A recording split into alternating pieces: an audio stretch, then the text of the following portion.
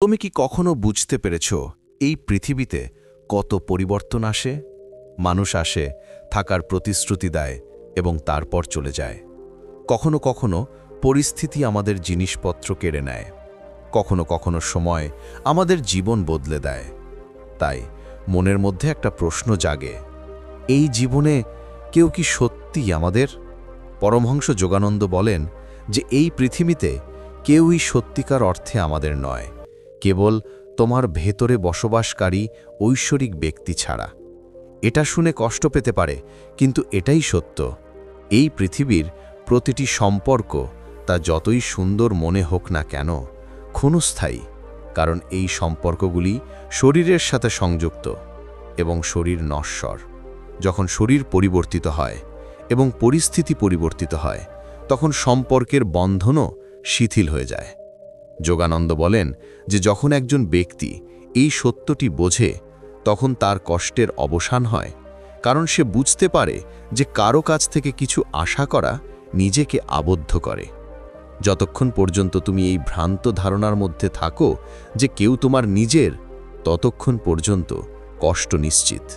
কারণ এই পৃথিবীতে যা কিছু আসে তা একদিন চলে যাবে, এবং যখন সেই ব্যক্তি চলে যায়, তখন আমাদের হৃদয় ভেঙে যায়। কিন্তু যদি আমরা বুঝতে পারি যে প্রতিটি আত্মা তার নিজস্ব কর্মের যাত্রায় আছে, তাহলে আমরা কারো চলে যাওয়ায় ভেঙে পড়ব না, কারো আগমনে আবদ্ধও হব না।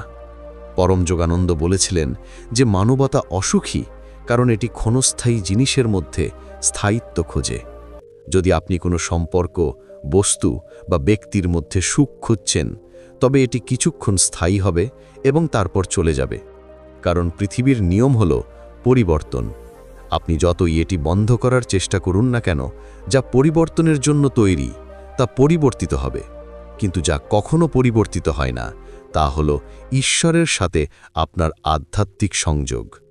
এটি সময় বা মৃত্যুর দ্বারা আবদ্ধ নয়, এটি প্রতিটি জন্ম এবং প্রতিটি পরিস্থিতিতে নীরবে, নিঃস্বার্থভাবে, কোনো প্রত্যাশা ছাড়াই আপনার সাথে থাকে। যোগানন্দ বলেন যে প্রকৃত প্রেম কেবল ঈশ্বরের সাথেই অনুভব করা যায়, কারণ তিনি চিরন্তন। যখন আমরা কাউকে ভালোবাসি, তখন এর সাথে আমির অনুভূতি সংযুক্ত থাকে। তিনি আমার, তিনি বোঝেন, আমাকে ভালোবাসেন, এবং এখান থেকেই দুঃখ শুরু হয়। কারণ আমি আসার সাথে সাথে ভয়ও আসে, তাকে হারানোর ভয়। কিন্তু যখন আপনি ঈশ্বরকে ভালোবাসেন, তখন কোনো ভয় থাকে না, কারণ তিনি কখনো দূরে যান না, তিনি সর্বদা আপনার ভেতরে থাকেন। কখনো কখনো যখন মানুষ আমাদের ছেড়ে চলে যায়, তখন আমরা একা বোধ করি। কিন্তু যোগানন্দ বলেন যে যে মুহূর্ত থেকে তুমি একা থাকো, সেই মুহূর্তটি তোমার সত্যিকারের জাগরণের মুহূর্ত, কারণ তোমার আর কোনো বাহ্যিক সমর্থন নেই। এখন তোমাকে ভেতরে তাকাতে হবে। আর যখন তুমি ভেতরে তাকাও, তখন দেখতে পাবে যে কেউ সেখানে যায়নি, সব সময় কেউ না কেউ সেখানে ছিল। যে ঐশ্বরিক সত্তা তোমার প্রতিটি নিঃশ্বাসে তোমার সাথে ছিল, যাকে তুমি বাইরে খুঁজতে থাকো, সে ভেতরে চুপচাপ বসেছিল। অনেকে বলে, গুরুদেব, একজন মানুষ একা থাকতে পারে না, তার কারো না কারো সঙ্গ প্রয়োজন। যোগানন্দ উত্তর দেন, হ্যাঁ, একজন মানুষ একা থাকতে পারে না, কিন্তু তার ঈশ্বরের সঙ্গ প্রয়োজন, মানুষের নয়। কারণ মানুষের সঙ্গ একদিন শেষ হয়ে যায়, কিন্তু ঈশ্বরের সঙ্গ কখনো চলে যায় না। তিনি তোমার ভিতরের প্রতিটি অনুভূতি জানেন, প্রতিটি ব্যথা বোঝেন, এবং সেই নীরবতায় প্রতিটি উত্তর দেন। তোমাকে শুধু শুনতে শিখতে হবে। যে বোঝে যে কেউ তার নিজের নয়, সে দুঃখ বোধ করে না, বরং মুক্ত হয়, কারণ এখন তার হারানোর কিছু নেই এবং পুরো পৃথিবী লাভ করার আছে। সে আর কারো দ্বারা আবদ্ধ নয়, আর কারো নিয়ন্ত্রণে নেই। তিনি সকলকে ভালোবাসেন, কিন্তু তিনি কাউকে ধারণ করেন না। তিনি সেবা করেন, কিন্তু প্রত্যাশা করেন না। এবং এটাই একজন প্রকৃত যোগীর অবস্থা। পরম মহর্ষি যোগানন্দ বলেছেন যে আত্মাকে দেওয়া ভালোবাসা কখনো শেষ হয় না। কারোর সাথে তোমার আধ্যাত্মিক সংযোগ তখনই সম্ভব যখন সেই সংযোগ ঈশ্বরের মাধ্যমে সংযুক্ত থাকে। অন্যথায় প্রতিটি সম্পর্কের মধ্যেই শরীর, অহংকার এবং প্রত্যাশার উপাদান থাকে। আর যেখানে প্রত্যাশা থাকে সেখানে দুঃখ নিশ্চিত। যদি তুমি সত্যিই কাউকে ভালোবাসতে চাও, তাহলে প্রথমে ঈশ্বরকে ভালোবাসো, কারণ যে ঈশ্বরকে ভালোবাসতে জানে সে কাউকে ঘৃণা করতে পারে না। সে প্রতিটি ব্যক্তির মধ্যে ঈশ্বরের একটি অংশ দেখতে পায়। এখন ভাবো, যদি আমরা প্রতিটি ব্যক্তির মধ্যে ঈশ্বরকে দেখতে শিখি, তাহলে কি হতো? কেউ কি আমাদের আপন বা অপরিচিত থাকবে? না, তাহলে প্রতিটি সম্পর্ক পবিত্র হয়ে উঠবে, প্রতিটি সংযোগ স্বাধীন হয়ে উঠবে। কারণ তখন আমরা কাউকে ধরে রাখার চেষ্টা করব না, কেবল তাদের আলিঙ্গন করব। তখন ভালোবাসা আর বোঝা থাকবে না, বরং ভক্তিতে পরিণত হবে। যোগানন্দজি প্রায়শই বলতেন, যে ব্যক্তি বলে কেউ আমার নয়, সে পৃথিবী থেকে পালিয়ে বেড়াচ্ছে না, সে পৃথিবীকে বুঝতে পেরেছে। এমন ব্যক্তি কাউকে ঘৃণা করে না, বরং করুণায় পূর্ণ। কারণ সে জানে যে প্রত্যেকেই তাদের নিজস্ব কর্মের পথে, কেউ কারোর শত্রু নয়, কেউ কারোর প্রভু নয়। প্রতিটি আত্মা তার নিজস্ব অভিজ্ঞতার মধ্য দিয়ে যাচ্ছে এবং ঈশ্বর প্রতিটি আত্মার সাথে আছেন। যখন আপনি এটি জানেন, তখন গভীর শান্তি নেমে আসে। এখন কেউ যদি আপনাকে ছেড়ে যায়, আপনি ভেঙে পড়েন না। এখন কেউ আপনার প্রশংসা করুক বা সমালোচনা করুক, এটি আপনার কাছে গুরুত্বপূর্ণ নয়, কারণ আপনি এমন একজন সঙ্গী খুঁজে পেয়েছেন যিনি আপনাকে কখনো ছেড়ে যান না, ঈশ্বরের সাথে আপনার সংযোগ। এই সত্যটি বোঝা সহজ নয়, কিন্তু একবার এটি আপনার হৃদয়ে প্রবেশ করলে আপনি পৃথিবীতে বসবাস করার পরেও পৃথিবীকে অতিক্রম করেন। তোমার ভেতরে আর গভীর শূন্যতা থাকে না, কারণ তুমি বুঝতে পারো যে ঈশ্বর ছাড়া এখানে আর কেউ প্রকৃত অর্থে বাস করে না, যিনি প্রতিটির হৃদয়ে সর্বত্র বাস করেন। যখন তুমি এই সত্যটি উপলব্ধি করো, এই পৃথিবীতে কোনো স্থায়ী অধিকার নেই, তখন তোমার ভেতরে একটি নতুন দৃষ্টিভঙ্গি জাগ্রত হয়। এখন তুমি দূরত্ব নয়, বোধগম্যতা নিয়ে বাস করো। কিন্তু যোগানন্দ যেমন বলেছেন, বিচ্ছেদ মানে ঘৃণা নয়, বরং প্রজ্ঞা। যখন তুমি বুঝতে পারো যে প্রতিটি আত্মা তার কর্ম অনুসারে এই পৃথিবীতে এসেছে, তখন তুমি আসক্তি পোষণ করো না, তুমি কেবল ভালোবাসো। আমাদের জীবনে যারা আসে, নিঃস্বার্থ, শান্তিপূর্ণ এবং স্বাধীন, তারা আমাদের শিক্ষা দিতে আসে। কেউ প্রেম শেখায়, কেউ ধৈর্য শেখায়, কেউ ত্যাগ শেখায়, কেউ বিদায় জানায়। কিন্তু যোগানন্দ বলেন, তোমার জীবনে আসা প্রতিটি ব্যক্তি ঈশ্বরের একজন দূত। তুমি যদি সচেতন থাকো, তাহলে প্রতিটি সম্পর্কই শিক্ষা হয়ে উঠবে।